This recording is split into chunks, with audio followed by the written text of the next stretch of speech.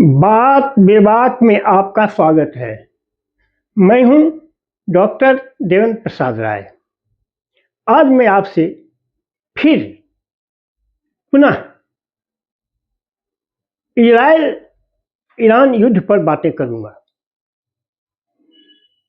अब उससे आपको ज्ञात है 4 दिनों से यूएस इजराइल और ईरान के बीच भयंकर युद्ध जारी है। करीब करीब जितने टॉप पोजीशन पर थे ईरान में सभी लोग मारे जा चुके हैं।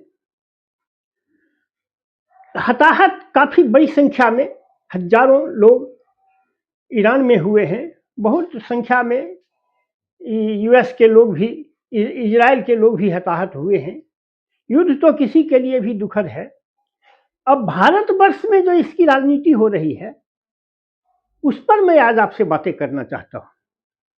भारत में जितना इंडिया ब्लॉक की पार्टियां हैं, जिसको मुस्लिम वोटों का लोभ है, वो सब के सब कह रहे हैं कि ईरान पर इतना अत्याचार हो रहा है, मोदी चुप है। क्यों चुप हैं? इनकी चुप्पी क्या कहती है? मैं समझता हूं कि भारत सरकार का और नरेंद्र मोदी का जो इसमें स्टैंड है वह बिल्कुल सही है। अब कहिए क्यों सही है? युद्ध का तो कभी समर्थन नहीं किया जाना चाहिए। ठीक है, नहीं समर्थन किया जाना चाहिए। तो युद्ध तो मेरे कारण से मोदी तो नहीं करवा रहे हैं। युद्ध तो उन दोनों के कारण हो रहा है, उन लोगों के कारण हो रहा है। अब हो ही रहा है तो इसमें इंडिया को क्या स्टैंड लेना चाहिए? देखिए, मैं यह समझता हूं, एक फंडामेंटल बात कहता हूं।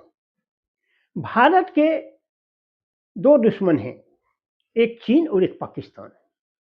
मैं पूछता हूं, इस दोनों में से किसके खिलाफ ईरान हमारे साथ खड़ा होगा?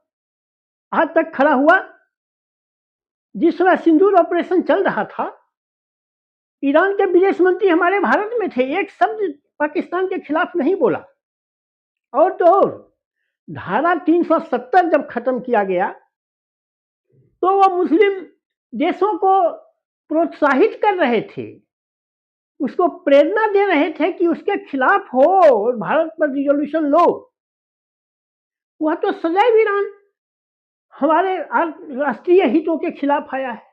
धारा 370 पर हमारे जो हम लोगों के जो स्टैंड हैं वह एक अलग बात है, लेकिन इस पर ईरान का जो एटीट्यूड है उस पर मैं बातें कर रहा हूं। तो कभी हमारे साथ नहीं हुआ ईरान, और सिंदूर ऑपरेशन हो रहा था, इजराइल ने हमारे समर्थन में खड़ा हुआ। हमारे ये कारगिल के युद्ध में हमारे लिए मिसाइल भेजा हमारे मदद में इजराइल ने। इजराइल तो हर समय हमारे साथ खड़ा रहा है। कल को अगर चीन से या पाकिस्तान को फिर लड़ाई हो तो इजराइल मेरे साथ खड़ा रहेगा, लेकिन ईरान हमारे साथ खड़ा नहीं रहेगा। हमारे वर्षों से मित्रता है। अरे इसका क्या मतलब है? वर्षों से मित्रता है, लेकिन 1979 के पहले जो ईरान था वह ईरान अब नहीं है। पहले जो ईरान था वह एक प्रोग्रेसिव ईरान था। आज एक कट्टर इस्लामिक ईरान है, और पाकिस्तान एक इस्लामिक मुल्क है। वह मुस्लिम ब्रदरहुड में सब दिन पाकिस्तान के साथ रहेगा। तो हम क्यों उसके लिए अपने एक मित्र को नाराज करें? कैसी रणनीति है? हम कभी, वह तो हमारे साथ कभी नहीं खड़ा रहा और हम उसके साथ खड़े हों। जहां तक व्यापारिक संबंध की बात है, तो व्यापारिक संबंध दोनों के हितों के लिए होता है। कोई देश हमसे व्यापारिक संबंध करता है, क्या हम पर कृपा करता है? उसके कोई हित नहीं है।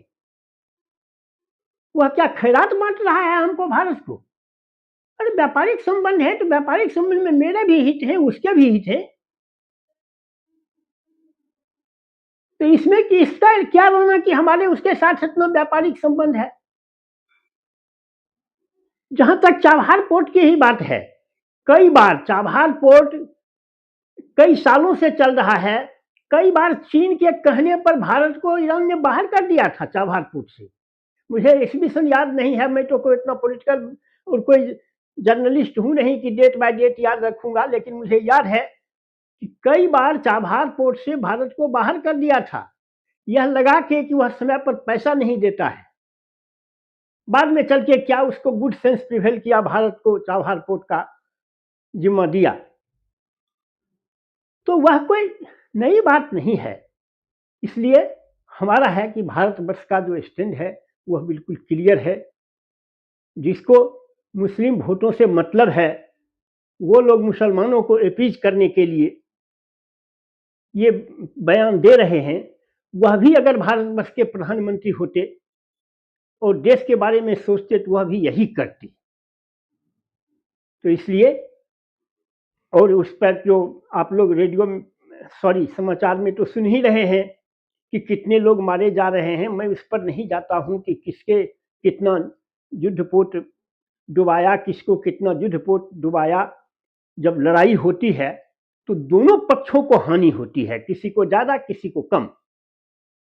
तो हो सकता है ईरान के ज्यादा हो, लेकिन यूएस और इजराइल के भी तो होंगे ही। तो यही मेरा आज कहना है इस वीडियो में। ये अगर आपको मेरी बात पसंद आए तो आप मेरे चैनल को लाइक और सब्सक्राइब करें। Thank you very much.